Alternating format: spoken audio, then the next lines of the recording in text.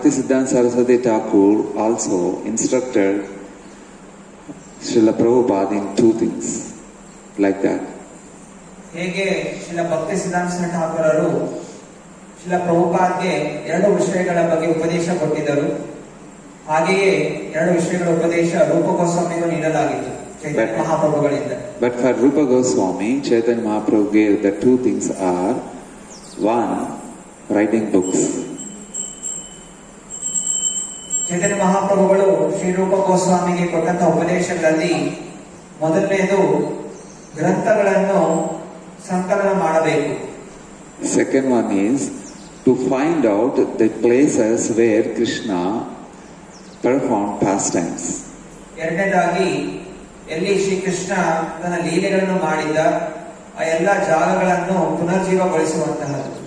Because by the time Chaitanya Mahaprabhu came to this planet, all the places where Krishna exhibited pastimes, the people forgotten them.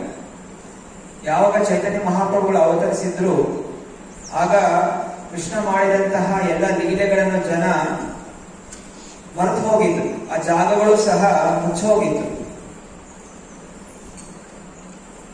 So there is a very close connection to that and the verse of this today's verse. ಈ ಒಂದು ವಿಷಯಗಳು ಹಾಗೂ ಇವತ್ತಿನ ಒಂದು ಶ್ಲೋಕದ ಮಧ್ಯ ಒಂದು ಸಂಬಂಧ ಇದೆ, ಅದರಿಂದ ಅದರ ವಿಷಯವನ್ನು ಹೇಳಿದೆ. There are many negative qualities which make us forgotten our relationship with Krishna. ನಮ್ಮಲ್ಲಿ ಕೂಡ ಅನೇಕ ಕೆಟ್ಟ ಗುಣಗಳು ನಮ್ಮದು ಹಾಗೂ ಕೃಷ್ಣನ ಮಧ್ಯೆ ಇರುವ ಸಂಬಂಧವನ್ನು ಮರೆಸುತ್ತದೆ. And if the devotees who are practicing devotion, if they are not careful, then those negative qualities will become prominent day by day, and they slowly drift away from Krishna. ಭಕ್ತಾದಿಗಳು ಈ ಕೆಟ್ಟ ಗುಣಗಳ ಬಗ್ಗೆ ಎಚ್ಚರಿಕೆಯನ್ನು ವಹಿಸದಿದ್ದರೆ ದಿನೇ ದಿನೇ ಆ ಗುಣಗಳು ಜಾಸ್ತಿ ಆಗ್ತಾ ನಮ್ಮನ್ನು ಕೃಷ್ಣ ಭಕ್ತಿಯಿಂದ ಅದು ದೂರ ಸರಿಸುತ್ತದೆ. And that's what happened in Vrindavan. ಇದೇ ಆಗಿದ್ದು ವೃಂದಾವನದಲ್ಲಿ ಕೂಡ. And slowly people forgotten where Krishna did different pastimes. ಹೀಗೆ ಜನ ದಿನೇ ದಿನೇ ಕೃಷ್ಣ ಲೀಲೆಗಳು ಎಲ್ಲೆಲ್ಲ ನಡೆಯಿತು ಅನ್ನೋದನ್ನು ವೃಂದಾವನದಲ್ಲಿ ಮರೆತು ಹೋಗ್ಬಿಟ್ರು. They have even forgotten where Krishna used to take bath every day. Krishna ಎಲ್ಲಿ ಸ್ನಾನ ಮಾಡ್ತಾ ಇದ್ದ ಆ ಜಾಗವೂ ಸಹ ಜನರಿಗೆ ಮರೆತು ಹೋಯಿತು. So now let's come to this verse and try to understand one of that quality, the negative quality, and see, let's discuss on that a little bit. ಅದರಿಂದ ಇವತ್ತಿನ ಶ್ಲೋಕದಲ್ಲಿ ನಾವು ಆ ಕೆಟ್ಟ ಗುಣಗಳು ಯಾವುದು ನಮ್ಮಲ್ಲಿ ಇರುತ್ತದೆ, ಅದನ್ನು ಹೇಗೆ ಹೊರ ಹಾಕೋದು ಅನ್ನೋ ವಿಷಯಗಳ ಬಗ್ಗೆ ಇದು ಚರ್ಚೆ ಮಾಡಲಿಕ್ಕೆ ಪ್ರಯತ್ನ ಮಾಡೋಣ. You know the storyline of this portion. ನಾವು ಚರ್ಚೆ ಮಾಡ್ತಾ ಇರುವಂತಹ ಈ ಶ್ಲೋಕದ ಕಥೆ ಬಗ್ಗೆ ನಿಮಗೆ ಗೊತ್ತಿರಬಹುದು. ಈ ಅಧ್ಯಾಯ ಯಾವ ವಿಷಯ ಬಗ್ಗೆ ಕಥೆಗಳಿದೆ ಅಂತ. There was demon Vritrasura who is about to kill demigods, and demigods wanted protection from Lord, and they approached Lord, and Lord told them, you go to Dadichi and ask his bones and make the thunderbolt weapon, and with that weapon, in that weapon I will invest my energy, and with that weapon you can kill Vritrasura. ಒಬ್ಬ ಮಹಾ ಅಸುರ ರುದ್ರಾಸುರ ಎಲ್ಲಾ ದೇವಾದೇವತೆಗಳಿಗೆ ತೊಂದರೆ ಕೊಡ್ತಾ ಇದ್ದ. ಅದನ್ನ ಇಂದ್ರ ಹಾಗೂ ಎಲ್ಲಾ ದೇವಾದೇವತೆಗಳು ಹೋಗಿ ವಿಷ್ಣುವಿನ ರಕ್ಷಣೆಯನ್ನು ಕೇಳುತ್ತಾರೆ. ಆಗ ವಿಷ್ಣು ಅವರಿಗೆ ಹೇಳುತ್ತಾನೆ, ನೀವೆಲ್ಲರೂ ಹೋಗಿ ದದೀಚಿ ಮಹರ್ಷಿಗಳನ್ನು ಪ್ರಾರ್ಥನೆ ಮಾಡಿಕೊಳ್ಳಿ ಹಾಗೂ ಅವರ ಮೂಳೆಯಿಂದ ನೀವು ವಜ್ರಾಯುಧವನ್ನು ಮಾಡಿ, ಆ ವಜ್ರಾಯುಧಕ್ಕೆ ನಾನು ಎಲ್ಲ ಶಕ್ತಿಯನ್ನು ಹೂಡುತ್ತೇನೆ, ಮತ್ತೆ ಆ ವಜ್ರಾಯುಧದಿಂದ ನೀವು ರುದ್ರಾಸುರನ್ನು ಸಂಹಾರ ಮಾಡಬಹುದು ಎಂದು ಭಗವಂತ ಉಪದೇಶಿಸುತ್ತಾನೆ. So demigods came to Dadichi and asked that, I want your bones. ಈಗ ಎಲ್ಲಾ ದೇವಾದೇವತೆಗಳು ದದೀಚಿ ಮಹರ್ಷಿ ಹತ್ರ ಬಂದು ಪ್ರಾರ್ಥನೆ ಮಾಡ್ಕೋತಾ ಇದ್ದಾರೆ, ಹೇ ಮಹರ್ಷಿಗಳೇ, ನನಗೆ ನಿಮ್ಮ ಮೂಳೆಗಳನ್ನು ಕೊಡಿ ಅಂತ. But in this verse, Dadichi was saying that who would be ready to give up their own body? Even Lord Vishnu asked. ಈಗ ದದೀಚಿ ಅದಕ್ಕೆ ಮರು ಪ್ರಶ್ನೆ ಮಾಡ್ತಾ ಇದ್ದಾನೆ, ನೀವು ಏನ್ ಕೇಳ್ತಾ ಇದ್ದೀರಾ, ಯಾರಾದ್ರೂ ತಮ್ಮ ದೇಹದ ಮೂಳೆಗಳನ್ನು ಕೊಡ್ತಾರ? ಭಗವಂತ ವಿಷ್ಣು ಕೇಳೋದನ್ನ ಯಾರಾದ್ರೂ ಕೊಡ್ತಾರ ಅಂತ ಮರು ಪ್ರಶ್ನೆ ಮಾಡ್ತಾ ಇದ್ದಾರೆ ದೇವತೆಗಳಿಗೆ. So it appears that how Dadichi is saying like that, Lord Vishnu himself asked like that, told like that. Is he against to Lord Vishnu or what? He doesn't want to follow Lord Vishnu? One may think like that. ದೇವತೆಗಳು ಆಶ್ಚರ್ಯಚಕಿತರಾಗ್ತಾ ಇದ್ದಾರೆ. ಭಗವಂತ ವಿಷ್ಣು ಅಂತ ದದೀಚಿ ಮಹರ್ಷಿ ಹತ್ರ ಹೋಗಿ ಕೇಳಿದ್ರೆ ಅವನು ಕೊಡ್ತಾನೆ ಅಂತ, ಮತ್ತೆ ದದೀಚಿ ಮಹರ್ಷಿ ನಮ್ಮನ್ನೇ ಪ್ರಶ್ನೆ ಮಾಡ್ತಾ ಇದ್ದಾನೆ, ಮತ್ತೆ ಇವನು ಭಗವಂತ ವಿಷ್ಣುವಿಗೆ ಆದೇಶದ ವಿರುದ್ಧವಾಗಿ ಇವರು ಮಾಡ್ತಾ ಇದ್ದಾರೆ ಅಂತ ದೇವತೆಗಳಿಗೆ ಆಶ್ಚರ್ಯಚಕಿತವಾಯಿತು. One of the negative quality is duplicity. In Sanskrit it is called kapata.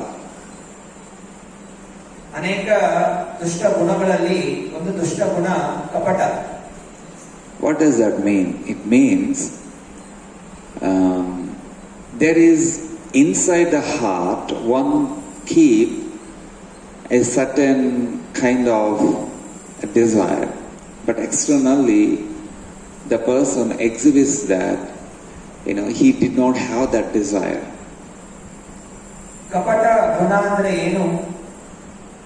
ಹೃದಯದಲ್ಲಿ ಒಂದು ರೀತಿಯ ಆಸೆಗಳನ್ನು ಇಟ್ಕೊಂಡಿರುವಂತಹದ್ದು, ಅರೆ ಹೊರಾಂಗಣವಾಗಿ ಆ ಆಸೆಯನ್ನು ತೋರಿಸ್ಕೊಳ್ಳದೆ ನಾವು ಬೇರೆ ಗುಣದವರು ಅಂತ ತೋರಿಸ್ಕೊಳ್ಳುವಂತಹದ್ದು. This negative quality can come forward in many ways. For example, even while preaching, it may come. For example, one may go to say, you do devotion, but internally one may think that if you do devotion, you will become my follower. That's kapata. ಕಪಟ ಅನ್ನುವಂತಹ ಗುಣ ಬೇರೆ ಬೇರೆ ರೀತಿ ನಮ್ಮ ಜೀವನ ಶೈಲಿಯಲ್ಲಿ ಪ್ರಕಟವಾಗುತ್ತೆ. ಉದಾಹರಣೆಗೆ ನಾವು ಪ್ರಚಾರ ಮಾಡಲಿಕ್ಕೆ ಹೋಗ್ತಾ ಇರ್ಬೋದು, ನಮ್ಮ ಹೃದಯದಲ್ಲಿ ಈ ಕಪಟ ಅನ್ನುವಂತಹ ಗುಣ ಇದ್ದರೆ ನಾವು ಪ್ರಚಾರ ಮಾಡ್ತಾ ಇರ್ತೀವಿ, ಅರೆ ಭಾವನೆ ಏನಿರುತ್ತೆ, ನೀವು ನನ್ನ ಹಿಂಬಾಲಕರಾಗಬೇಕು ಅನ್ನುವಂತಹ ಆಸೆ ಇರುತ್ತೆ. ಇದು ಕಪಟ ಗುಣ. Or we may say, you chant nicely and then you will be very happy, but we may try to see to fulfill our own ways or our own things. ಜಪ ಮಾಡಿ ಸಂತೋಷವಾಗಿರಿ ಅಂತ ಹೇಳಿದ್ದಾರೆ, ಆದ್ರೆ ಈ ಕಪಟ ಗುಣ ಇದ್ರೆ ಏನಾಗುತ್ತೆ, ನಾವು ಜಪ ಮಾಡ್ತಾ ಇದ್ರು ಆ ಜಪದಿಂದ ಯಾವುದೋ ರೀತಿಯಲ್ಲಿ ನನ್ನ ಇಂದ್ರಿಯ ಭೋಗಿಸುವಂತಹ ಆಸೆ ನೆರವೇರಲಿ ಅನ್ನುವಂತಹ ಭಾವನೆ ಇರುತ್ತೆ. Because that is exactly what is happening to the demigods here. ಇಲ್ಲಿ ದೇವಾದೇವತೆಗಳಿಗೂ ಇದೇ ಒಂದು ಭಾವನೆ ಉತ್ಪನ್ನ ಆಗ್ತಾ ಇರುವಂತಹದ್ದು.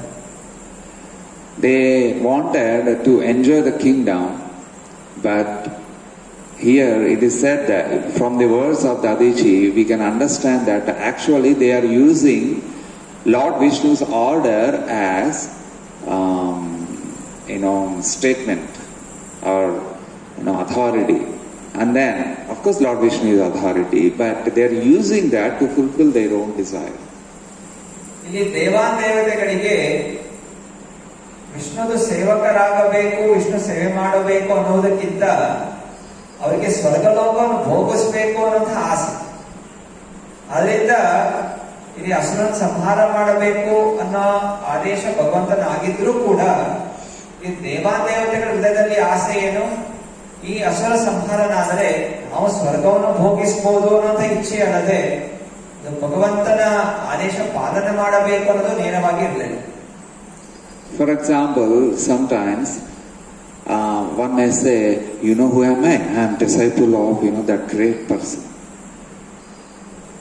ಕೆಲವೊಮ್ಮೆ ನಾವು ಭಕ್ತಾದಿಗಳು ಕೂಡ ತೋರಿಸ್ಕೋತೀವಿ, ನಾನು ಯಾರು ಗೊತ್ತಾ, ನಾನು ಇಂಥ ಮಹಾಗುರುವಿನ ಶಿಷ್ಯ ಅಂತ ನಾವು ಹೇಳ್ಕೋತೀವಿ.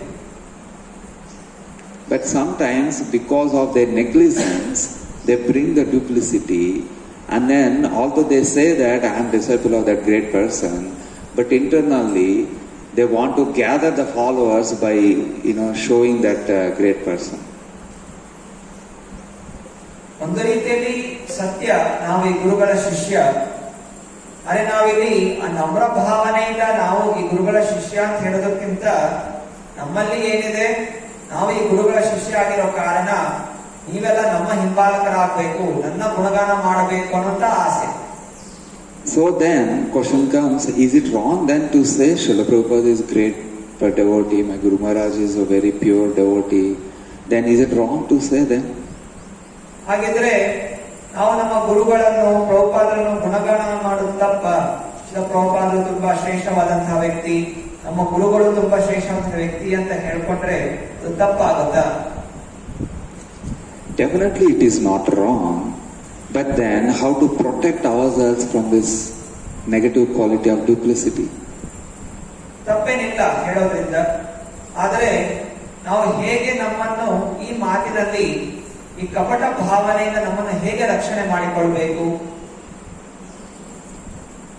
The protection is, although we may proclaim that so and so very, very great personalities, but what is our responsibility towards that great personality?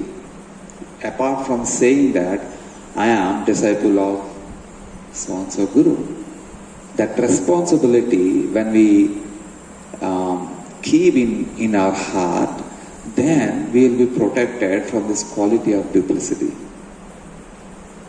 ನಾವು ಯಾವಾಗ ನಮ್ಮ ಗುರುಗಳು ತುಂಬಾ ಶ್ರೇಷ್ಠವಾದಂತಹ ವ್ಯಕ್ತಿ, ತುಂಬಾ ಮಹಾನ್ ವ್ಯಕ್ತಿ ಅಂತ ಹೇಳ್ಕೊತೀವಿ, ಆಗ ನಮ್ಮಲ್ಲಿ ಈ ಭಾವನೆ ಇರಬೇಕು, ನನ್ನ ಗುರುಗಳ ಪ್ರತಿ ನನ್ನ ಜವಾಬ್ದಾರಿ ಏನು?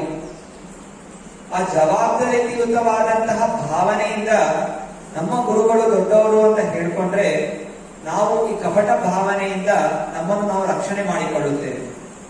ಆದ್ದರಿಂದ ಜವಾಬ್ದಾರಿಯಿಂದ ನಾವು ಹೇಳ್ಕೋಬೇಕು. So what are the responsibilities then as we have as representatives of a great personalities like our Guru Maharajas and Srila Prabhupada? ಆದ್ದರಿಂದ ಮಹಾನ್ ಆಚಾರ್ಯರಾದಂತಹ ಶ್ರೀಲ ಪ್ರಭುಪಾದರ ಹಾಗೂ ನಮ್ಮ ಗುರುಗಳ ಶಿಷ್ಯರಾಗಿರೋದ್ರಿಂದ ನಮ್ಮಲ್ಲಿ ಇರಬೇಕಾಗಿರುವಂತಹ ಜವಾಬ್ದಾರಿಗಳು ಏನು? The very first responsibility is our behavior should never bring a bad name to our movement. ಮೊದಲನೇದು, ನಮ್ಮ ಚಟುವಟಿಕೆಗಳು, ನಾವು ಮಾಡುವಂತಹ ಕೆಲಸಗಳು ಯಾವತ್ತು ನಮ್ಮ ಸಂಸ್ಥೆಗೆ ಕೆಟ್ಟ ಹೆಸರು ತರಬಾರದು. ನಮ್ಮ ಗುಣ ಆಗಿರಬೇಕು, ಎಚ್ಚರಿಕೆ ಇರಬೇಕು. So we have to be trained like that. Sometimes suppose if you are very angry at some person, or we are quarrelsome, or those kind of things if we exhibit, or maybe we are negligent in our duties, whether household duties or occupational duties, then people will think these Hare Krishnas, they are just they want to give up everything, they are not responsible, they are irresponsible people. They may think like that. ನಮ್ಮ ಕೆಲಸಗಳು ಭಕ್ತಾದಿಗಳ ಮಧ್ಯೆ ಇರಲಿ, ಅನಾವಶ್ಯಕವಾಗಿ ಕೋಪ ಕ್ರೋಧವನ್ನು ವ್ಯಕ್ತಪಡಿಸೋದು, ಅಥವಾ ಮನೆ ಕೆಲಸ ಇರಲಿ ಅಥವಾ ಆಫೀಸ್ ಕೆಲಸ ಇರಲಿ, ಜವಾಬ್ದಾರಿ ಇಲ್ಲದೆ ಕೆಲಸ ಮಾಡಿದ್ರೆ ಜನ ಅನ್ಕೋತಾರೆ ಈ ಹರೇ ಕೃಷ್ಣ ಭಕ್ತರು ಇವರಿಗೆ ಜವಾಬ್ದಾರಿ ಇಲ್ಲ ಅಂತ ಅನ್ಕೋತಾರೆ. ಅದರಿಂದ ಏನೇ ಕೆಲಸ ಇರಲಿ, ಮಾಡುವಂತಹ ಭೌತಿಕ ಕೆಲಸ ಅಥವಾ ಪರಿವಾರದ ಕೆಲಸ ಅಥವಾ ಭಕ್ತಿಯ ಒಂದು ಚಟುವಟಿಕೆಗಳು ಜವಾಬ್ದಾರಿ ಇರಬೇಕು, ಸಮಯಕ್ಕೆ ಸರಿಯಾಗಿ ಮಾಡಬೇಕು. Therefore, within our understanding, we have to maintain the standard of whatever Srila Prabhupada gave to us. We have to strive to keep it up. ಅದರಿಂದ ಶ್ರೀಲ ಪ್ರಭುಪಾದ ನಮ್ಗೆ ಏನೆಲ್ಲ ಉಪದೇಶಗಳು ಕೊಟ್ಟಿದ್ದಾರೆ, ಏನೇನು ಸ್ಟ್ಯಾಂಡರ್ಡ್ಸ್ ಕೊಟ್ಟಿದ್ದಾರೆ, ಅದು ನಾವು ನಮ್ಮೊಳಗೆ ಅದನ್ನ ಪಾಲನೆ ಮಾಡಬೇಕು. ಬೇರೆಯವ್ರಿಗೆ ಅಂತಲ್ಲ, ವೈಯಕ್ತಿಕವಾಗಿ ನಾನು ಪ್ರಭುಪಾದರ ಆದೇಶಗಳನ್ನು ಸರಿಯಾಗಿ ಪಾಲನೆ ಮಾಡುತ್ತಿದ್ದೇನೆ ಅನ್ನುವಂತಹ ಜವಾಬ್ದಾರಿ ಇರಬೇಕು.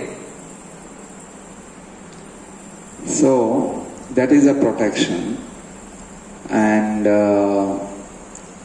another way to protect ourselves from this quality of duplicity is we have to see really whether am I working for the pleasure of that person, our Guru and Krishna or not. ಎರಡನೇದಾಗಿ ಈ ಕಪಟ ಭಾವನೆಯನ್ನು ನಾವು ರಕ್ಷಣೆ ಮಾಡ್ಕೋಬೇಕು ಅಂತ ಹೇಳಿದ್ರೆ ನಾವು ಸದಾ ಎಚ್ಚರಿಕೆ ವಹಿಸಬೇಕು. ನಾನು ಮಾಡುತ್ತಾ ಇರುವಂತಹ ಕೆಲಸ ಅದು ನಿಜವಾಗಿಯೂ ನಮ್ಮ ಗುರುಗಳಿಗೆ ಕೃಷ್ಣನಿಗೆ ತೃಪ್ತಿಪಡಿಸಲು ಮಾಡುತ್ತಿದ್ದೇನಾ ಇಲ್ಲ. So if one is attentive like that to see the pleasure of, if one is not doing that, then immediately he has to retune one's own mind and one's own activities. No, this is not the correct. I want to please Krishna, so let me behave in this way. But the outcome or the results, the side results, any result, it may come in any way, whichever way Krishna wants. But I will do simply for the pleasure of Guru and Krishna. ನಾನು ಮಾಡುವಂತಹ ಚಟುವಟಿಕೆ ಯಾವುದೇ ರೀತಿ ಪರಿಣಾಮ ಕೊಡಬಹುದು, ಆದರೆ ನನಗೆ ಅದರ ಬಗ್ಗೆ ಹೆಚ್ಚು ಆಸಕ್ತಿ ಇಲ್ಲ. ಯಾವುದೇ ರೀತಿ ಪರಿಣಾಮ ಬರಲಿ, ನಾನಂತೂ ಗುರು ಹಾಗೂ ಕೃಷ್ಣರಿಗೆ ತೃಪ್ತಿಯಾಗುವ ರೀತಿಯಲ್ಲೇ ಕೆಲಸ ಮಾಡುತ್ತೇನೆ. ಈ ಭಾವನೆ ನಾವು ಯಾವಾಗಲೂ ಬೆಳೆಸ್ಕೋಬೇಕು. ಅಕಸ್ಮಾತ್ ಆಗಿ ಭಾವನೆ ಇಲ್ಲ, ಅದು ಇಂದ್ರಿಯ ಭೋಗಿಸುವಂತ ಭಾವನೆ ಇದೆ ಅಂತ ನಾವು ನಮ್ಮನ್ನು ಪರಾಮರ್ಶೆ ಮಾಡ್ಕೋಬೇಕು, ಮತ್ತೆ ಗುಣವನ್ನು ಸರಿಪಡಿಸ್ಕೋಬೇಕು ಪ್ರಾಮಾಣಿಕತೆಯಿಂದ. If one doesn't keep this aspect in mind while practicing devotion, then his heart becomes more and more covered. It's not easy for that person to come out of this negative quality. It's simply impossible. ನಾವು ಈ ಎಚ್ಚರಿಕೆ ವಹಿಸದಿದ್ರೆ ನಮ್ಮ ಹೃದಯ ಇನ್ನೂ ಅಧಿಕವಾಗಿ ಕಲ್ಮಶಗಳಿಂದ ಆವರಿಸ್ಕೊಂಡ್ಬಿಡುತ್ತೆ. ಮತ್ತೆ ನಾವು ಈ ಒಂದು ದ್ವಂದ್ವಗಳಿಂದ ಯಾವತ್ತೂ ಹೊರಬರಲಿಕ್ಕೆ ಸಾಧ್ಯ ಆಗೋದೇ ಇಲ್ಲ. For example, the best example for this in Mahabharata is Dhritarashtra. He acted highly duplicitous way. ಮಹಾಭಾರತದಲ್ಲಿ ಧೃತರಾಷ್ಟ್ರನ ಉದಾಹರಣೆ ಕಪಟ ಭಾವನೆಯ ಒಂದು ದೊಡ್ಡ ಉದಾಹರಣೆಯಾಗಿದೆ. Actually, Dhritarashtra knows that Yudhishthira will never involve in gambling match. ಧೃತರಾಷ್ಟ್ರನ ಗೊತ್ತಿದ್ದು ಯುಧಿಷ್ಠಿರ ಮಹಾರಾಜ ಯಾವತ್ತೂ ಜೂಜಾಟದಲ್ಲಿ ಸೇರ್ಕೊಳ್ಳೋದಿಲ್ಲ ಅಂತ ಗೊತ್ತಿತ್ತು. He knows that Yudhishthira was a very, very pious person, and in any kind of bad activities he will not involve. So he sent Vidura to invite him and involve in that gambling match on the order of Dhritarashtra. Dhritarashtra ಅದಕ್ಕೆ ಗೊತ್ತಿತ್ತು, ದರ್ಶನ ಗೊತ್ತಿತ್ತು ಯುಧಿಷ್ಠಿರ ಮಹಾರಾಜ ಒಳ್ಳೆಯ ವ್ಯಕ್ತಿ, ಭಕ್ತನವನು, ಅಂತ ಯಾವತ್ತನ್ನು ಜೂಜಾಟ ಕೆಲಸಗಳಲ್ಲಿ ತೊಡಗೋದಿಲ್ಲ ಅಂತ ಗೊತ್ತಿತ್ತು. ಆದ್ದರಿಂದ ಅವನು ವಿದುರನನ್ನು ಕಳಿಸಿದ, ದೂತನಾಗಿ ಕಳಿಸಿ ಯುಧಿಷ್ಠಿರ ಮಹಾರಾಜನನ್ನು ಜೂಜಾಟದಲ್ಲಿ ಪಾಲ್ಗೊಳ್ಳಲಿಕ್ಕೆ ಅವನು ಪ್ರೇರಣೆ ಕೊಟ್ಟ. At that time, Pandavas were ruling Indraprastha as capital and Kauravas in Hastinapur. So Vidura came from Hastinapur to Indraprastha, and then he conveyed the message. And the moment Vidura said that, and Yudhishthira immediately counter question Vidura in a polite manner. How can I do the gambling match? It is a bad quality. I am sorry, I cannot do this.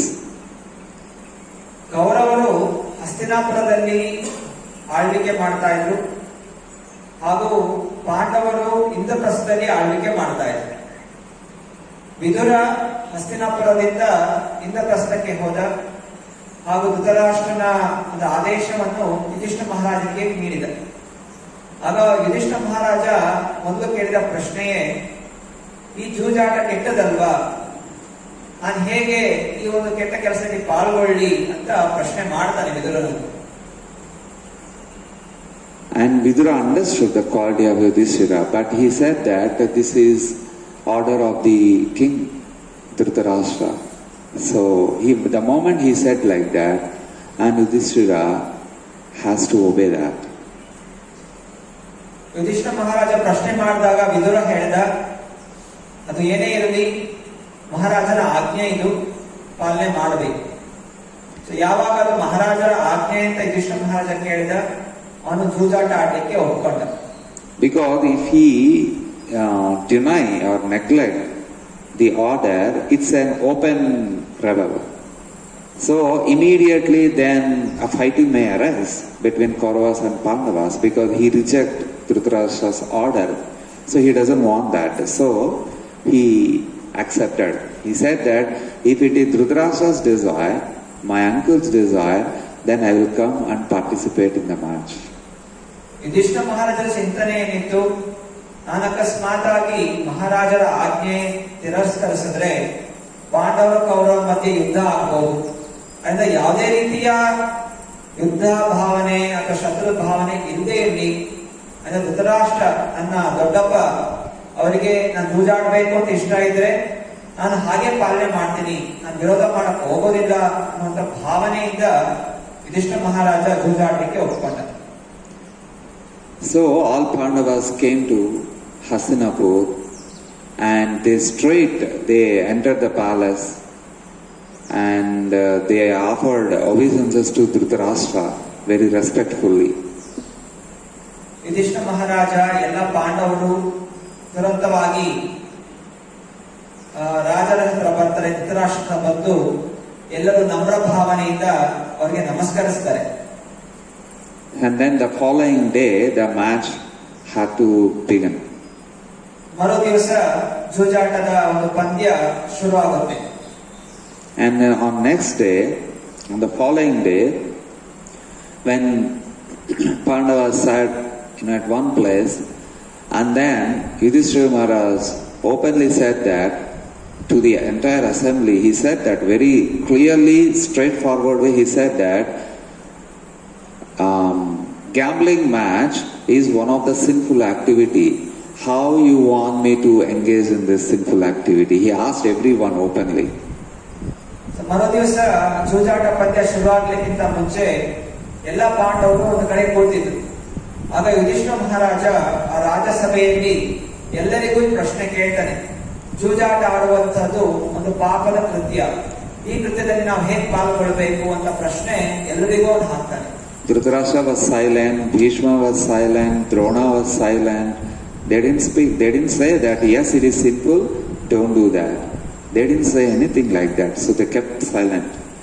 ಯಾರು ಯುಧಿಷ್ಠಿರ ಮಹಾರಾಜನ ಪ್ರಶ್ನೆಗೆ ಉತ್ತರ ಕೊಡಲಿಲ್ಲ. ಧೃತರಾಷ್ಟ್ರನಾಗ್ಲಿ, ದ್ರೋಣಾಚಾರ್ಯರಾಗ್ಲಿ, ಭೀಷ್ಮಾಚಾರ್ಯರಾಗ್ಲಿ ಆ ಪ್ರಶ್ನೆಗೆ ಯಾರು ಉತ್ತರ ಕೊಡಲಿಲ್ಲ, ಸುಮ್ಮನೆ ಕೂತಿದ್ರು. And Shakuni said that, oh, if you are very afraid of gambling match, then you don't have to play. ಹಾಗಾಗಿ ಶಕುನಿ ಮಾತಾಡ್ತಾನೆ, ನಿನಗೆ ಜೂಜಾಟಕ್ಕೆ ಭಯ ಆಗ್ತಾ ಇದೆ ಅಂತ ಹೇಳಿದ್ರೆ ತೊಂದರೆ ಇಲ್ಲ, ನೀನು ಸುಮ್ಮನೆ ಕೂತ್ಕೋಬಹುದು ಅಂತ ಹೇಳ್ತಾನೆ ಶಕುನಿ.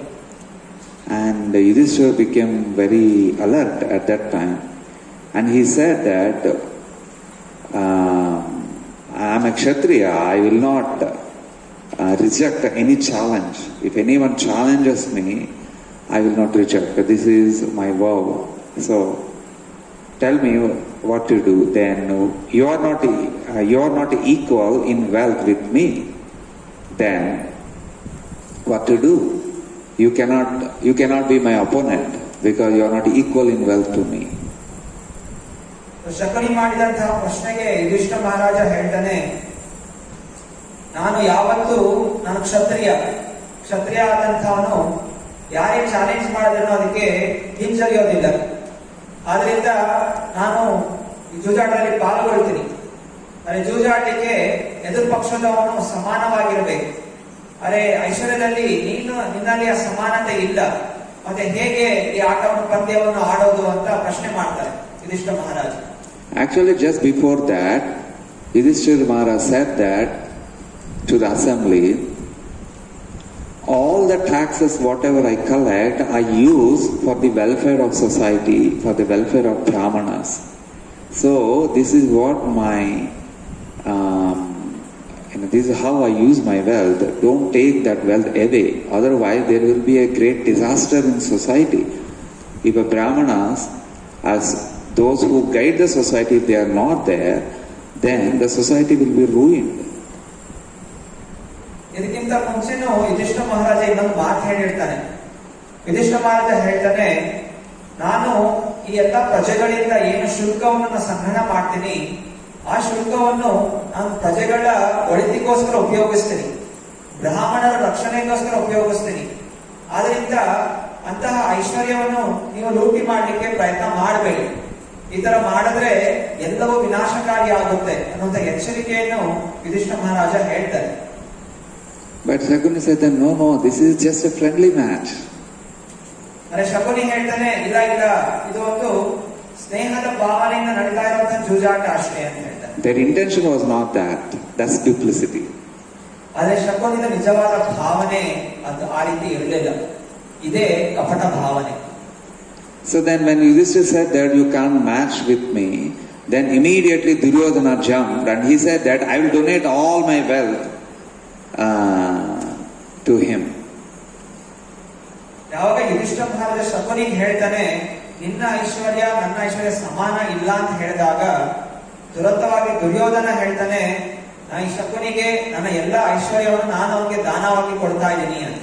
ಈಗ ಇಬ್ಬರ ಐಶ್ವರ್ಯ ಸಮಾನ ಆಗುತ್ತೆ ಪಂದ್ಯ ಆಡ್ಲಿಕ್ಕೆ. And Yudhishthira understood the whole context immediately that they are trapping me, they are forcing me to do this activity. ಆಗ ಯುಧಿಷ್ಠ ಮಹಾರಾಜನಿಗೆ ಈ ಎಲ್ಲ ಒಂದು ಸಂಚು ಏನು ಮಾಡಿದ್ರು ಇದು ಅರ್ಥ ಆಗ್ಬಿಡುತ್ತೆ. ಸೊ ಹೇಗಾದ್ರೂ ಮಾಡಿ ನನ್ನ ಜೂಜಾಟದಲ್ಲಿ ಸಿಕ್ಕಾಕಿಸ್ಬೇಕು ಅಂತಿಕ್ಕೇನೆ ಈ ಪಂದ್ಯ ಆಯೋಜಿಸಲಾಗಿದೆ ಅನ್ನುವಂತಹ ಸಂಚು ಯುಧಿಷ್ಠ ಮಹಾರಾಜನಿಗೆ ಆಗ ತುರಂತವಾಗಿ ಗೊತ್ತಾಗುತ್ತೆ.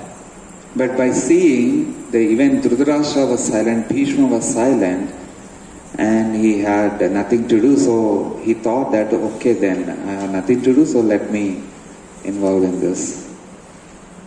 ಹಾಗೂ ಯುಧಿಷ್ಠ ಮಹಾರಾಜ ಗಮನಿಸ್ತಾರೆ, ಧೃತರಾಷ್ಟ್ರ ಏನು ಹೇಳ್ತಾ ಇಲ್ಲ, ಭೀಷ್ಮಾಚಾರ್ಯರು ಏನು ಹೇಳ್ತಾ ಇಲ್ಲ, ದ್ರೋಣಾಚಾರ್ಯರು ಏನು ಹೇಳ್ತಾ ಇಲ್ಲ, ಎಲ್ಲ ಸುಮ್ಮನೆ ಕೂತಿದ್ದಾರೆ ಅಂತ ಗಮನಿಸಿ ಸರಿ ನಾನು ಪಂದ್ಯದಲ್ಲಿ ಪಾಲ್ಗೊಳ್ತೀನಿ ಅಂತ ಯುಧಿಷ್ಠ ಮಹಾರಾಜ ಒಪ್ಕೋತಾರೆ. Because if he denies, immediately war, and war means there is so much destruction, and so many people will be killed, and so much wealth will go away, and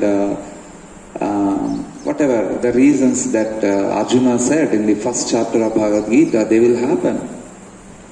So Yudhishthira became very, very alert. So how to protect even people now? If I rebel, then people will lose their lives. So he was in a very, very dilemma what to do. But finally he had to choose to involve in the game. Yudhishthira ಮಹಾರಾಜರಿಗೆ ಎಚ್ಚರ ಆಯ್ತು, ಇಲ್ಲಿ ಮೋಸ ನಡೆಯುತ್ತೆ, ಇಲ್ಲಿ ಏನೋ ಒಂದು ಸಂಚು ನಡೀತಾ ಇದೆ. ಆದರೂ ಅವರ ಮನಸ್ಸಲ್ಲಿ ಇದೇ ಎಚ್ಚರಿಕೆ ಇತ್ತು, ಎಲ್ಲಾದ್ರೂ ಯುದ್ಧ ಘೋಷಣೆ ಆದ್ರೆ ಮತ್ತೆ ಅನೇಕ ಜನ ಯುದ್ಧದಲ್ಲಿ ಸಾಯ್ಬೇಕಾಗತ್ತೆ, ಅಂದ್ರೆ ಅನಾವಶ್ಯಕವಾಗಿ ಜನರ ಹತ್ಯೆ ಆಗೋದು ಬೇಡ ಅನ್ನುವಂತಹ ಉದ್ದೇಶದಿಂದ, ಆ ಒಂದು ಅನುಕಂಪದ ಭಾವನೆಯಿಂದ ಅವರು ಈ ಒಂದು ಪಂದ್ಯದಲ್ಲಿ ಒಪ್ಕೋತಾರೆ ಆಡ್ಲಿಕ್ಕೆ. So the match began, and one by one, the Shakuni cast the dice, and Yudhishthira lost everything step by step. ಹೀಗೆ ಪಂದ್ಯ ಶುರು ಆಗುತ್ತೆ. ಆಮೇಲೆ ತಮಗೆಲ್ಲ ಗೊತ್ತಿರುವ ಹಾಗೆ ಶಕುನಿ ಆ ಆಟದಲ್ಲಿ ಒಂದೊಂದೇ ಬೇರೆ ಬೇರೆ ತರದ ಐಶ್ವರ್ಯಗಳನ್ನು ಯುಧಿಷ್ಠ ಮಹಾರಾಜನಿಂದ ಕಿತ್ಕೋತಾ ಇರ್ತಾನೆ. ಯುಧಿಷ್ಠ ಮಹಾರಾಜನು ಆಟದಲ್ಲಿ ಸೋಲ್ತಾ ಇರ್ತಾನೆ ಮತ್ತು ತನ್ನೆಲ್ಲ ಐಶ್ವರ್ಯವನ್ನು ಕಳ್ಕೊಂಡು ಹೋಗ್ತಾ ಇರ್ತಾನೆ. So externally, the intention is a friendly match, but internally, they wanted to rob everything of Pandava's wealth. This is what the duplicity. ಇಲ್ಲಿ ಶಕುನಿ ಈಶ್ವರನಲ್ಲಿ ಹೇಳಿದ ಇದು ಒಂದು ಸ್ನೇಹ ಭಾವನೆಯಿಂದ ಆಡ್ತಾ ಇರುವಂತಹ ಪಂದ್ಯ ಅಂತ. ನಿಜವಾಗಿ ಆ ಭಾವನೆ ಇರಲಿಲ್ಲ. ಅವರ ಇಚ್ಛೆ ಪಾಂಡವರ ಎಲ್ಲ ಐಶ್ವರ್ಯವನ್ನು ನಾವು ಕಿತ್ಕೋಬೇಕು ಅನ್ನುವಂತಹ ಭಾವನೆ ಇದೆ. ಹೊರಗಡೆಯಿಂದ ಸ್ನೇಹದ ಪಂದ್ಯ ಅಂತ ಹೇಳಿದ್ರು, ಅರೆ ಹೃದಯದಲ್ಲಿ ಎಲ್ಲ ಐಶ್ವರ್ಯ ಕಿತ್ಕೋಬೇಕು ಅನ್ನೋಂಥ ಭಾವನೆ. ಸೊ ಇದೇ ಕಪಟ ಭಾವನೆ, ಈ ಕಪಟ ಗುಣ. They don't want Pandavas to be king because they are becoming very, very famous among people. So they don't want Pandavas to be kings, and somehow or the other they should not be kings, they should not be rulers at all. Yudhishthira ಮಹಾರಾಜರ ಒಳ್ಳೆಯ ಗುಣದಿಂದ ಎಲ್ಲಾ ಕಡೆ ಅವರ ಕೀರ್ತಿ ಬೆಳಗ್ತಾ ಇದೆ, ಅವರ ಪ್ರಖ್ಯಾತಿ ಆಗ್ತಾ ಇದೆ. ಆದ್ರಿಂದ ಈ ಕೌರವರಿಗೆ ಹೊಟ್ಟೆ ಕಿಚ್ಚಿನಿಂದ ಅವರು ಹೇಗಾದ್ರೂ ಮಾಡಿ ಇವರು ರಾಜರೇ ಆಗಬಾರ್ದು, ಏನೂ ಇರಬಾರ್ದು ಆಳ್ವಿಕೆ ಮಾಡ್ಲಿಕ್ಕೆ, ಅದೇ ಎಲ್ಲವನ್ನು ಕಿತ್ಕೋಬೇಕು ಅಂತ ಭಾವನೆ ಇವ್ರದ್ದಾಗಿದೆ. So that's what Kauravas desired. So the root for duplicitous behavior is attachment. Attachment to they the power. They wanted to be the kings but not others.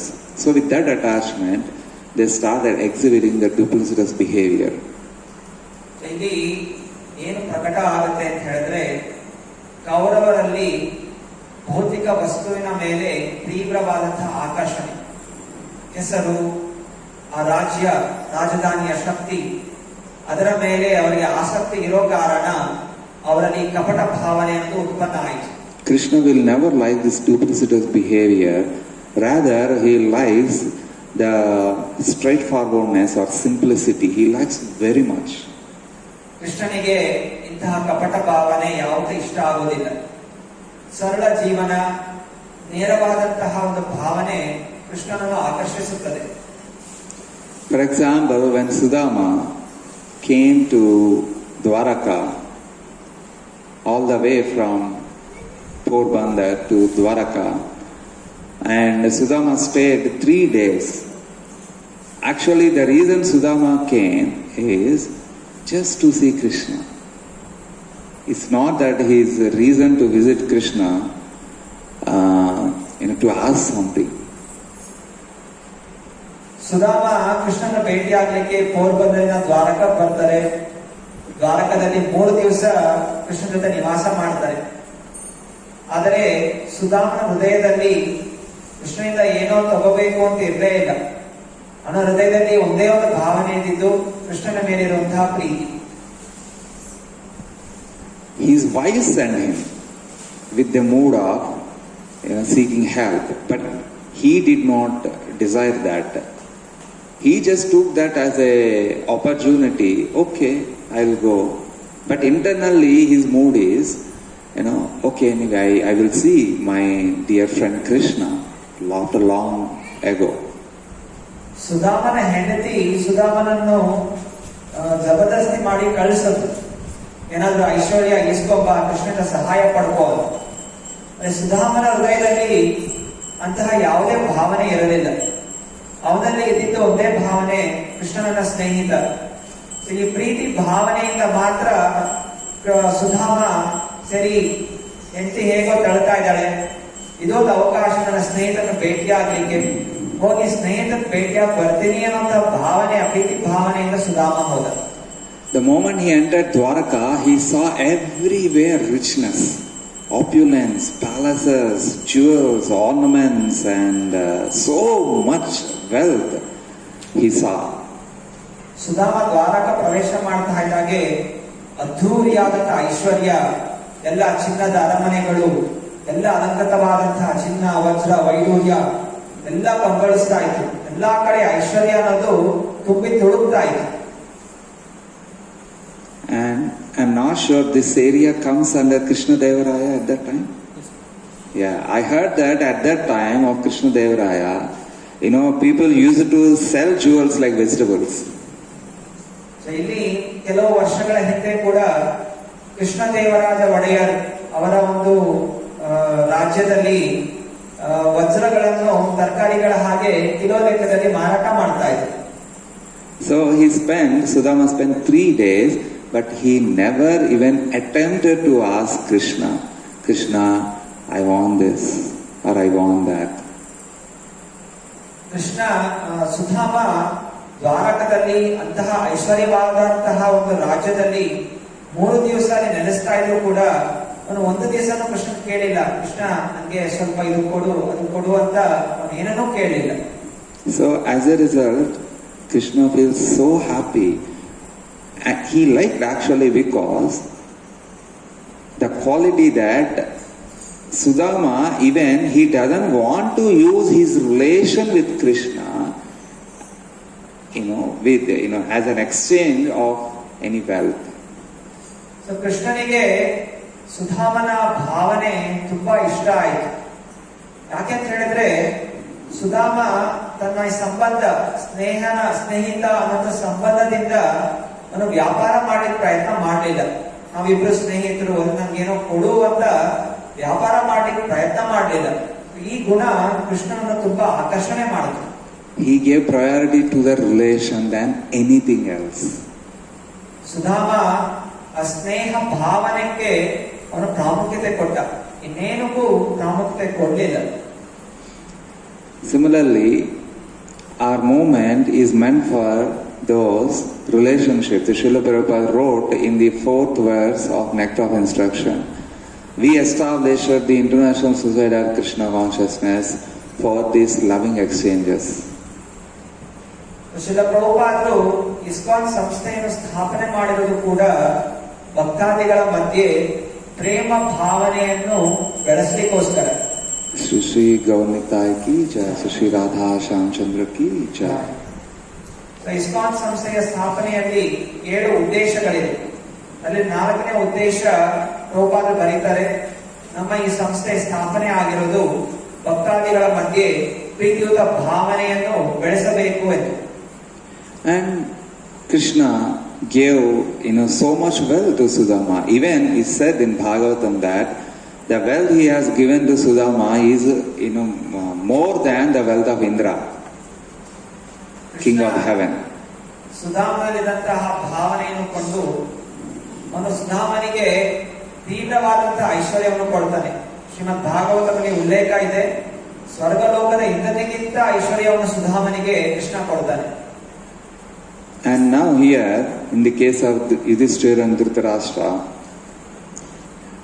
when one by one the Kauravas are robbing the wealth of Pandavas, and Vidura immediately he became alert. This will definitely lead to quarrel between them, and then that will kill everyone. So he got up and he said, he told Dhritarashtra that, O king, Pandavas are very, very gentle like peacocks. ಈ ಕಡೆ ಇಲ್ಲಿ ಪಗಡೆ ಆಡುವಂತಹ ಯುದ್ಧ ಕ್ರೀಡೆಯಲ್ಲಿ ಒಂದೊಂದೇ ಯುಧಿಷ್ಠ ಮಹಾರಾಜ ಐಶ್ವರ್ಯ ಕಳ್ಕೊತಾ ಇದ್ದ ಹಾಗೆ ವಿದುರ ಎಚ್ಚರಗೊಳ್ತಾನೆ. ವಿದುರ ಎದ್ದು ಧೃತರಾಷ್ಟ್ರನಿಗೆ ಎಚ್ಚರ ಕೊಡ್ತಾನೆ, ನೋಡು, ಈ ಪಾಂಡವರು, ಯುಧಿಷ್ಠ ಮಹಾರಾಜ ಇವರೆಲ್ಲ ನವಿಲಿನ ಹಾಗೆ ತುಂಬಾ ಮುಗ್ಧ ಜೀವಿಗಳು. Just see their tolerance, their gentleness. Although they are losing one by one, still they are obeying you. ನೋಡು, ಈ ಪಾಂಡವರಲ್ಲಿ ಇರುವಂತಹ ಒಂದು ತಾಳ್ಮೆ ಶಕ್ತಿಯನ್ನು ನೋಡು. ಅವರು ತಮ್ಮ ಎಲ್ಲಾ ಐಶ್ವರ್ಯ ಕಳ್ಕೊತಾ ಇದ್ರು ಕೂಡ ನೀನು ಆದೇಶ ಮಾಡಿದ್ಯಾ ಅನ್ನುವಂತಹ ಏಕೈಕ ಭಾವನೆಯಿಂದ ಅವರು ಇನ್ನೂ ಈ ಕ್ರೀಡೆಯಲ್ಲಿ ಕೂತಿದ್ದಾರೆ. It means they are ever ready to work, to lead the ruling positions under your subordinate position. ಆದ್ದರಿಂದ ಅವರಲ್ಲಿ ಯಾವಾಗ ಬೇಕಾದರೂ ನಿನ್ನ ಅಧೀನದಲ್ಲಿ ಆಳ್ವಿಕೆ ಮಾಡ್ತೀವಿ ಅನ್ನುವಂಥ ಭಾವನೆ ಅವರಲ್ಲಿದೆ. So for such kind of people doing like this, it is adharma. They are like flower-bearing trees. Every day they give flowers to you, but you want to cut off the tree. ಆದ್ದರಿಂದ ಎಚ್ಚರಗೊಳ್ಳು, ಈ ಪಾಂಡವರು ಪ್ರತಿ ದಿವಸ ಹೂ ಬಿಡುವಂತಹ ವೃಕ್ಷಗಳ ಹಾಗೆ ತುಂಬಾ ಒಳ್ಳೆಯ ಜನ. ಅಂದ್ರೆ ನೀನು ಮಾಡ್ತಾ ಇರೋ ಈ ಕೃತ್ಯ ಎಲ್ಲವನ್ನೂ ವಿನಾಶ ಮಾಡುತ್ತೆ ಅಂತ ಎಚ್ಚರಗೊಳಿಸ್ತಾರೆ. Even on material platform, it is intelligent to keep the tree so that every day you can get flowers. Every year they will send wealth to you. Why you have to rob their wealth like this? This will kill our dynasty. Please immediately stop it. So ಇದರ ಹೇಳ್ತಾ ಇದ್ದ ಧೃತರಾಷ್ಟ್ರನಿಗೆ ಭೌತಿಕವಾಗಿ ನಾವು ಚಿಂತನೆ ಮಾಡಿದ್ರು ಕೂಡ ಒಂದು ವೃಕ್ಷವನ್ನು, ಹೂ ಬಿಡುವ ವೃಕ್ಷವನ್ನು ಒಂದೇ ಸಲ ಕಡಿದು ಹಾಕೋದಕ್ಕಿಂತ ಅದನ್ನು ಹಾಗೆ ಬಿಟ್ರೆ ಪ್ರತಿ ದಿವಸ ನಮಗೆ ಹೂ ಸಿಗುತ್ತೆ. ಹಾಗೆಯೇ ಈ ಪಾಂಡವರು ನಿನ್ನ ಅಧೀನದಲ್ಲಿ ಕೆಲಸ ಮಾಡ್ಲಿಕ್ಕೆ ತಯಾರಿದ್ದಾರೆ, ಆಳ್ವಿಕೆ ಮಾಡ್ಲಿಕ್ಕೆ. ಆದ್ರಿಂದ ಅವರು ನಿಮಗೆ ಪ್ರತಿ ದಿವಸ ನಿಮಗೆ ಶುಲ್ಕವನ್ನು ಕೊಡ್ತಾರೆ. ಅದರಿಂದ ಇನ್ನು ಒಂದೇ ಸಮನೆ ಈ ಎಲ್ಲ ರಾಜ್ಯವನ್ನು ಕಿತ್ಕೊಳ್ಳಿಕ್ಕೆ ಪ್ರಯತ್ನ ಮಾಡಿದ್ರೆ ಇದು ಭಯಂಕರವಾದಂತಹ ವಿನಾಶವನ್ನು ಉಂಟು ಮಾಡುತ್ತೆ, ಎಚ್ಚರಗೊಳ್ಳು. But Dhritarashtra did not listen. He didn't say anything. The match continued. You all know what kind of insult happened to a chaste lady, Draupadi. ಆದ್ರೆ ಧೃತರಾಷ್ಟ್ರ ಸ್ವಲ್ಪನೂ ವಿದುರನ ಎಚ್ಚರಿಕೆಗೆ ಕಿವಿ ಕೊಡ್ಲಿಲ್ಲ. ಯುದ್ಧ ಕ್ರೀಡೆ ಮುಂದುವರಿಯಿತು. ತಮ್ಗೆಲ್ಲ ಗೊತ್ತಿದೆ ಹೇಗೆ ಒಂದೊಂದೇ ಕಳ್ಕೊತಾ ಇದ್ದ ಹಾಗೆ ಅಂತಹ ರಾಜ್ಯಸಭೆಯಲ್ಲಿ ದ್ರೌಪದಿಯ ವಸ್ತ್ರಹರಣ ಮಾಡುವಂತಹ ಒಂದು ಸನ್ನಿವೇಶ ಬಂತು. There are many lessons here, but just I will complete maybe in 2 to 3 minutes. After that happened, but still Draupadi offered obeisances to Dhritarashtra. ಅನೇಕ ವಿಷಯಗಳಿದೆ ಈ ಮಹಾಭಾರತ ತಿಳಿಯುವಂತಹದ್ದು. ನಾವು ಕೆಲವು ವಿಷಯಗಳ ಬಗ್ಗೆ ಮಾತ್ರ ಚರ್ಚೆ ಮಾಡ್ತಾ ಇದ್ದೀವಿ. ಇಲ್ಲಿ ದ್ರೌಪದಿ ಅಷ್ಟೆಲ್ಲ ಅವಮಾನ ಅವಳಿಗೆ ಆದರೂ ಕೂಡ ಅವಳು ಧೃತರಾಷ್ಟ್ರನಿಗೆ ನಮಸ್ಕಾರ ಮಾಡ್ತಾಳೆ. Who can bear the insult happened to their wife? But Pandavas just simply obeyed Dhritarashtra and they tolerated all the insult happened to themselves and Draupadi. ಯಾರು ತಾನೇ ತಮ್ಮ ಹೆಂಡತಿಗೆ ಅವಮಾನ ಮಾಡಿ ತಡ್ಕೋತಾರೆ. ಆದರೂ ಕೂಡ ಇಲ್ಲಿ ಪಾಂಡವರು ರಾಜನ ಮಾತು ಕೇಳಬೇಕು, ರಾಜ ದೊಡ್ಡವನು ಅನ್ನುವಂತಹ ಆ ತಾಳ್ಮೆ ಭಾವನೆ ಹೊಂದಿರೋ ಕಾರಣ ಅಷ್ಟೆಲ್ಲ ಅವಮಾನ ಆದರೂ ಕೂಡ ಅವರು ಧೃತರಾಷ್ಟ್ರನಿಗೆ ನಮಿಸುತ್ತಾರೆ. But at that time what happened? There immediately the atmosphere outside changed and many bad omens happened. ಆದ್ರೆ ಹೊರಗಡೆ ವಾತಾವರಣ ತುರಂತವಾಗಿ ಬದಲಾಗೋಯಿತು. ಎಲ್ಲಾ ರೀತಿಯ ಅಪಶಕುನಗಳು ಹೊರಗಿನ ವಾತಾವರಣದಲ್ಲಿ ಕಂಡು ಬಂತು. And Dhritarashtra became very afraid that maybe war may be imminent and my sons may die in the war. So immediately he changed his topic. He said that he appreciated Pandavas, saying that you are very wonderful personalities. Yudhishthira ಮಹಾರಾಜ ಈ ಎಲ್ಲ ಅಪಶಕನಗಳ ಕಂಡು ಅವನು ತುಂಬಾ ಭಯಭೀತನಾಗ್ತಾನೆ. ಮತ್ತೆ ಎಚ್ಚರಗೊಂಡು ಅವನ ಮಾತನ್ನು ಬದಲಾಯಿಸ್ತಾನೆ. ಮತ್ತೆ ಹೇಳ್ತಾನೆ, ಹೇ ಪಾಂಡವರೇ, ನಿಮ್ಮಲ್ಲಿ ಎಷ್ಟು ನಮ್ರ ಭಾವನೆ ಇದೆ, ಎಷ್ಟು ತಾಳ್ಮೆ ಭಾವನೆ ಇದೆ, ತುಂಬಾ ವಿಶೇಷವಾದಂತಹ ಗುಣ ನಿಮ್ಮಲ್ಲಿ ಇದೆ ಅಂತ ಅವರ ಗುಣಗಾನ ಮಾಡ್ಲಿಕ್ಕೆ ಶುರು ಮಾಡ್ತಾನೆ. My sons are sinful, he said actually. Dhritarashtra ಹೇಳ್ತಾನೆ, ನನ್ನ ಮಕ್ಕಳು ಪಾಪಿಗಳು. I just allowed you to involve in this match just to see your strengths and your brother's strength and Kaurava's strength. ಈ ಒಂದು ದ್ಯೂತ ಕ್ರೀಡೆ ನಾನು ಅನುಮತಿ ಕೊಟ್ಟಿದ್ದು ನಿಮ್ಮಲ್ಲಿರುವಂತಹ ಶಕ್ತಿ, ನನ್ನ ಮಕ್ಕಳಿರುವ ಶಕ್ತಿ ಎಷ್ಟಿದೆ, ಏನ್ ಗುಣಗಳೇ ನಿಮ್ಮಲ್ಲಿ ಇದೆ ತಿಳಿಲಿ ಅಂತ ನಾನು ಅನುಮತಿ ಕೊಟ್ಟೆ ಅಂತ ಮಾತನ್ನು ಬದಲಾಯಿಸ್ತಾನೆ. But that was not his mode. So this is duplicity. ಆದ್ರೆ ನಿಜವಾಗಿ ಅದು ಧೃತರಾಷ್ಟ್ರನ ಇಚ್ಛೆ ಆಗಿರಲಿಲ್ಲ. ಕಪಟ ನಾಟಕ. Just to test the capacity, this is not the way to test. Insulting them and what on top of their Vaishnavas. ಒಬ್ಬರ ಶಕ್ತಿಯನ್ನು ಪರೀಕ್ಷೆ ಮಾಡಲಿಕ್ಕೆ ಇಂತಹ ಒಂದು ಪರೀಕ್ಷೆ ಮಾಡೋದು ಒಳ್ಳೇದಲ್ಲ. ಅದು ಅವರು ವೈಷ್ಣವರಾಗಿದೆ, ಅವರ ಜೊತೆ ಇಂಥ ದ್ಯೂತ ಕ್ರೀಡೆಯ ಮೂಲಕ ಅವರ ಪರೀಕ್ಷೆ ಮಾಡಿದ್ದು ದೊಡ್ಡ ತಪ್ಪಾಗ್ತಾ ಇತ್ತು. So this duplicity can come when in a progressive way of devotion. Sometimes we may say that no, I am very sinful person, Prabhu, please, I am very sinful. One may say like that, but actually that realization is not there. ಭಕ್ತರಲ್ಲೂ ಕೂಡ ಎಚ್ಚರಿಕೆ ಇರಬೇಕು. ಭಕ್ತಿಯಲ್ಲಿ ಮುಂದುವರಿತಾ ಇದ್ದ ಹಾಗೆ ಅನೇಕ ಆಕರ್ಷಣೆಗಳು ನಮ್ಮ ಹೃದಯವನ್ನು ಆವರಿಸಿಕೊಳ್ಳುತ್ತೆ. ಬಾಯಿಯಿಂದ ಹೊರಾಂಗಣ ನಾವು ಹೇಳ್ತಾ ಇರ್ಬೋದು, ಹೇ ಪ್ರಭು, ಹೇ ಮಾತಾಜಿ, ನಾನು ತುಂಬಾ ಪಾಪಿ ಅಂತ ಹೇಳ್ತಾ ಇರ್ಬೋದು. ನಿಜವಾಗಿ ಹೃದಯದಲ್ಲಿ ಆ ಅರಿವಿಕೆ ಇದೆಯಾ ಅನ್ನುವ ಎಚ್ಚರಿಕೆ ನಾವು ಪ್ರಾಮಾಣಿಕತೆಯಿಂದ ಗಮನಿಸಬೇಕು. So we have to be very careful in progressing, in forwarding in our devotion. Hare Krishna. ಆದ್ದರಿಂದ ನಾವು ಭಕ್ತಿಯಲ್ಲಿ ಮುಂದುವರಿಬೇಕು ಅಂತ ಹೇಳಿದ್ರೆ ಪ್ರತಿ ಹೆಜ್ಜೆ ಹೆಜ್ಜೆ ನಾವು ಗಮನಿಸುತ್ತಾ ನಾವು ಮುಂದುವರಿಬೇಕು. Hare Krishna.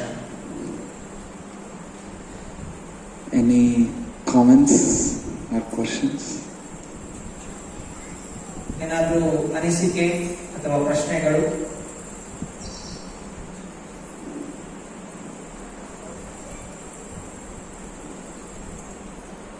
No questions, no comments?